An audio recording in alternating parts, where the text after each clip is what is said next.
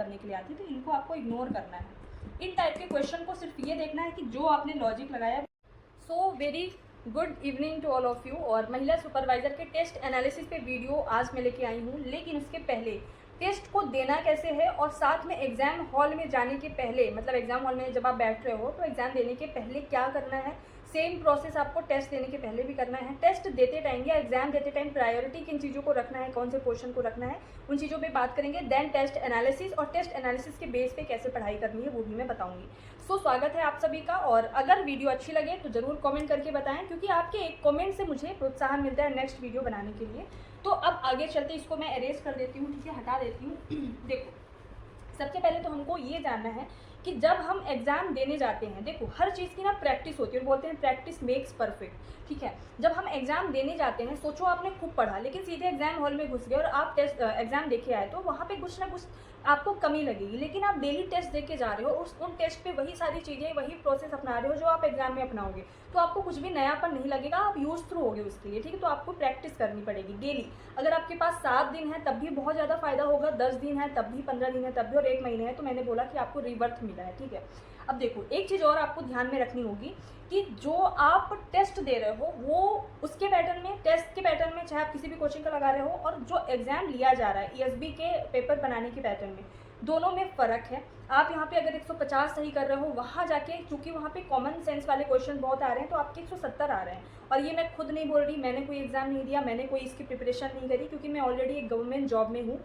बहुत सारे लोग पूछते हैं क्या है, तो I am revenue sub inspector in Uttar Pradesh Prayagraj. तो मुझे ज़रूरत नहीं है इस एग्ज़ाम को देने के लिए, बट मेरे मेंटरशिप के काफ़ी स्टूडेंट्स हैं जिनसे मैंने रिव्यू लिया, तो उनका कहना यह है कि मैम मैं टेस्ट में 130 150 पाती थी, अभी 170 आ रहे हैं। तो किसी के 160 आ रहे तो अभी 180 आ रहे, 182 तक हाईएस्ट गया है मेरे मेंटरशिप से, जो मुझे पता चला है, ठीक है। तो आपको परेशान होने की ज़रूरत नहीं है। और मैं बार बार बोलती हूँ, समझ आधारित प्रश्न या कॉमन सेंस वाले प्रश्न तभी सही होंगे जब आपने अपने बेसिक बुक को बार बार पढ़ा है, कंसेप्ट अच्छे से क्लियर किया है, उन्हीं को बार बार रिवाइज किया है, और साथ में अगर आप शांत मन से गए हो, शांत मन से जाके पेपर दोगे, तो आपके वो प्रश्न सही होंगे, ठीक है। अब आगे चलते हैं कैसे आपको टेस्ट का एनालिसिस करना है, ठीक है। हाँ, एक चीज़ और, अब मुझे ये मैंने नहीं अभी तक पता किया और ना ही मैंने पूछा है कि जो आपका पेपर आता है वो मिक्स क्वेश्चन होता है, कमेंट करके जरूर बताएं जो ऑलरेडी दे चुके हैं। वो मिक्स क्वेश्चन आते हैं कि जैसे कुछ क्वेश्चन, एक क्वेश्चन मैथ्स का आ गया, फिर सीधे न्यूट्रिशन एंड डाइट से second question, third question management से आ गया, फोर्थ सीडीपी, इस टाइप का आ रहा है, या फिर पोर्सन वाइज आ रहा है। अगर पोर्सन वाइज आ रहा है तो आपको प्रायोरिटी है टेस्ट एग्जाम देते टाइम भी, टेस्ट देते टाइम भी। अगर आपका क्या है, एक मिनट, यहाँ से दिख रहा है ना, अगर आपका पोर्सन वाइज आ रहा है एग्जाम में पेपर, तो आपको टेस्ट भी पोर्शन वाइज देना है। सबसे पहली आपकी प्रायोरिटी होनी चाहिए न्यूट्रिशन एंड डाइट, ठीक है। सबसे पहली प्रायोरिटी न्यूट्रिशन एंड डाइट, जल्दी जल्दी कर रही हूँ। सेकंड प्रायोरिटी एप्स प्लस योजनाएं। थर्ड प्रायोरिटी आपकी रीजनिंग होनी चाहिए, ठीक है। रीजनिंग में थोड़ा लेफ्टी हूँ तो मुझे बोर्ड में थोड़ा लिखने में दिक्कत हो रही है, बट कोई नहीं। फोर्थ प्रायोरिटी है आपका मैथ्स, ठीक है, एक मिनट। फिफ्थ प्रायोरिटी है, अगर आप सीडीपी आपकी ज़्यादा टफ है तो उसको लास्ट में रखना 6 नंबर की, अगर मैनेजमेंट ज़्यादा टफ है तो उसको लास्ट में रखना, है ना। तो वो आपके ऊपर है कि आप 5th और 6th में किसको रखना चाह रहे हो। तो यहाँ पे सीडीपी और साथ में यहाँ पे मैं मैनेजमेंट कर देती हूँ, सीडीपी और मैनेजमेंट, ठीक है। इस तरीके से आपको ये प्रायोरिटी सेट करनी है, लिख लो अभी तक, अभी, ठीक है। इसी की प्रैक्टिस करना है, अगर सेट वाइज मतलब कि मिक्स क्वेश्चन नहीं आ रहे हैं तो, ठीक है। तो इसी की टेस्ट में भी प्रैक्टिस करना है। अब मान लो रीना नाम की कोई लड़की है, क्योंकि मेरे मेंटरशिप में है इस नाम की लड़की, इसीलिए मैं इनका नाम ले रही हूँ, ठीक है। मान लो फॉर एग्जाम्पल आज रीना नाम की लड़की ने एक टेस्ट लगाया जिसमें 150 उनके क्वेश्चन सही हुए, ठीक है। 200 में से 150 सही हुए। तो ये जो एनालिसिस है वो 2 टाइप का होगा। एक तो सही हुए जो क्वेश्चन, उनका एनालिसिस जो कि सिंपल सा है, वन फेज है, आधा घंटा या 20 मिनट से ज़्यादा दोनों को मिला के एनालिसिस में टाइम नहीं लगेगा। और दूसरा है जो गलत हुआ, यानी 50 क्वेश्चन का एनालिसिस। जो सही है उनका एनालिसिस कैसे करें, यानी 200 में से जो 150 क्वेश्चन सही है उनका एनालिसिस आखिर हम कैसे करें, वो इंपॉर्टेंट है। तो इनका एनालिसिस करने के लिए हमको ये देखना है कि 150 में से कौन से या कितने क्वेश्चन और किस टाइप के क्वेश्चन से, देखते जाने स्क्रॉल करके, कौन से थे जो एकदम आप टू द पॉइंट आपको कंफर्म था कि देखा नहीं क्वेश्चन कि आपको आंसर पता था, वो बस देख लेना है और उनके आंसर को वापस से पढ़ लेना है बस। रिमेनिंग 10 से 15 क्वेश्चन ऐसे होंगे जिसमें आपने फिर भी लॉजिक लगाया था या फिर तुक्का मारा था, वो सही हुए।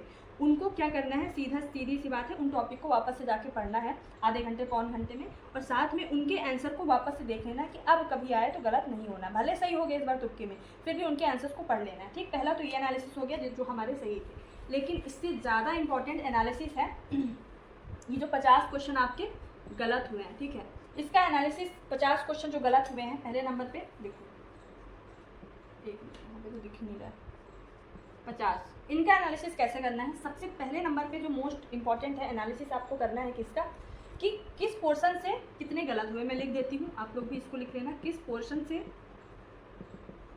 कितने क्वेश्चन गलत हुए। अब आप पाओगे न्यूट्रिशन एंड डाइट सबकी मोस्टली सही रहती है, तो हो सकता है आपके 5 क्वेश्चन न्यूट्रिशन एंड डाइट से गलत हो, 10 क्वेश्चन में भी आपके रीजनिंग और जनरल नॉलेज वाले पोर्शन से गलत हो, 15 क्वेश्चन में भी CDP से गलत हो, और ऐसे ही 5 से 10 क्वेश्चन आपके मैनेजमेंट से गलत हो सकते हैं, ठीक है। तो आपको पहला एनालिसिस करना है किस पोर्शन से कितने गलत हुए। इस एनालिसिस के बाद पढ़ना कितना है और कैसे पढ़ना है वो भी मैं बताऊँगी। दूसरा इंपॉर्टेंट है कि कितने क्वेश्चन, इस 50 में से आखिर कितने क्वेश्चन रिवीजन की कमी से गलत हुए, रिवीजन की कमी से कितने क्वेश्चन गलत हुए। ये दूसरे टाइप का एनालिसिस जो कि मोस्ट इंपॉर्टेंट रोल निभाने वाला है। तीसरा है, बहुत दिन से आपने उस टॉपिक को नहीं पढ़ा, मतलब उसका मतलब ये रिवीजन ही होता है, लेकिन फिर भी वो ऐसे टॉपिक्स हैं जो गलत हुए हैं, ऐसे क्वेश्चन हैं जो गलत हुए हैं जिन टॉपिक्स को आपने काफ़ी दिनों से नहीं पढ़ा, यानी आप इग्नोर करते आ रहे हो और आपके मन में ये चल रहा है कि ये तो मेरा कंप्लीट है, तो उन टॉपिक्स को भी आपको देखना है, ठीक है।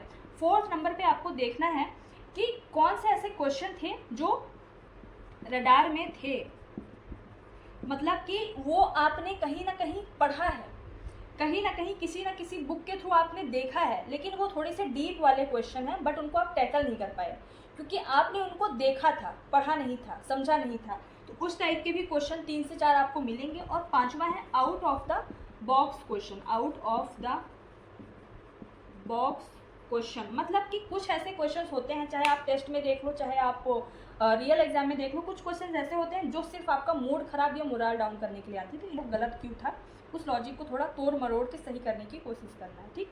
ये तो एनालिसिस हो गया। इसमें से मैंने कोर क्या निकाला, इरेज कर देती हूँ, ठीक है। इसमें से मैंने कोर निकाला, पहला रिवीजन, दूसरा डेप्थ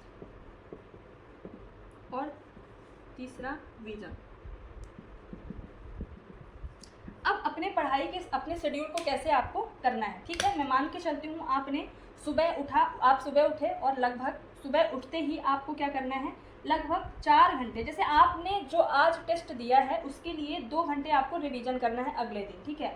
तो आपको 2 या 3 घंटे सुबह उठते ही रिवीजन करना है, यानी 7 to 10 या फिर 8 से 11, 2-3 घंटे आपको रिवीजन करना है। ये रिवीजन किन टॉपिक्स का करना है, जो आपने कल एनालिसिस किया कि इन 50 में से अगर ये 20 क्वेश्चन गलत हो रहा है, तो ये 20 क्वेश्चन जिन टॉपिक से गलत हो रहा है रिवीजन की कमी से, उन्हीं टॉपिक्स का आपको ये 2-3 घंटे में क्या करना है, सिर्फ ऊपर से सरसरी निगाहों में क्या करना है, रिवीजन करना है। ये 2 से 3 घंटे हो गए। फिर आपको रिवीजन और करना है थोड़ा सा, आधे घंटे का, 1 घंटे का नाश्ता, चाय नाश्ता, नहाने वहाने के बाद 2 घंटे का और रिवीजन करना है। अब वो अपने हिसाब से आप कर सकते हो, है ना। या तो यही टॉपिक अगर नहीं कंप्लीट हुए तो आप कर लीजिए, या तो अपने हिसाब से आप कर लो, ठीक है। उसके बाद आपको क्या करना है, थोड़ा सा डेप्थ में जाना है। आपने इन 50 में से देखा होगा कि 10 क्वेश्चन ऐसे थे जो आपके बुक में थे, लेकिन आपको थोड़ा सा डीप लग रहा था, आपको थोड़ा सा टफ लग रहा था, बट आपने उनको देखा, पढ़ा नहीं, समझा नहीं। तो उन 10 टॉपिक को या उन 10 क्वेश्चंस के टॉपिक को आपको यहाँ पे डेप्थ में 2 या 3 घंटे पढ़ना है, ठीक है। उसके बाद प्लस आपको मैंने क्या बोला, विजन। तीसरा है विजन। आपको अभी भी लग रहा है कि आपके अंदर कैपेसिटी है और आप पढ़ सकते हो कुछ एक्स्ट्रा, कुछ नया।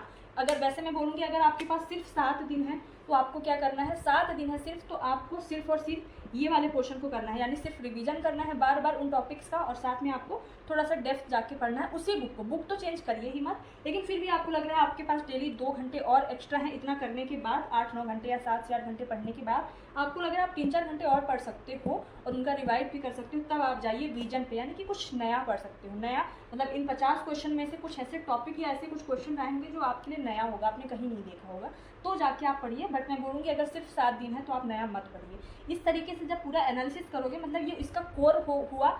आप सोचो टेस्ट में हर एक टेस्ट वाला, हर एक पब्लिशर या हर एक एप्लीकेशन आप जो टेस्ट बनाता है पूरे क्वेश्चन को कवर करने की कोशिश करता है। एक दिन में आप समझ में आया कि 20 क्वेश्चन में कमी है या 20 टॉपिक में कमी है, आपने सही कर लिया। दूसरे दिन तो आप अगर 7 दिन अलग अलग टेस्ट को एनालिसिस करोगे और उसके आधार पर आप पढ़ाई करोगे, आपका जो लेवल है वो कुछ अलग ही होगा। आई होप कि इस वीडियो से आपको हेल्प हुई हो। और एक चीज़ याद रखना, अगर आपका मन शांत है तो मैं बोल के आपको भेज रही हूँ पेपर देने के लिए कि आप समझ आधारित प्रश्न को चुटकियों में सॉल्व करोगे।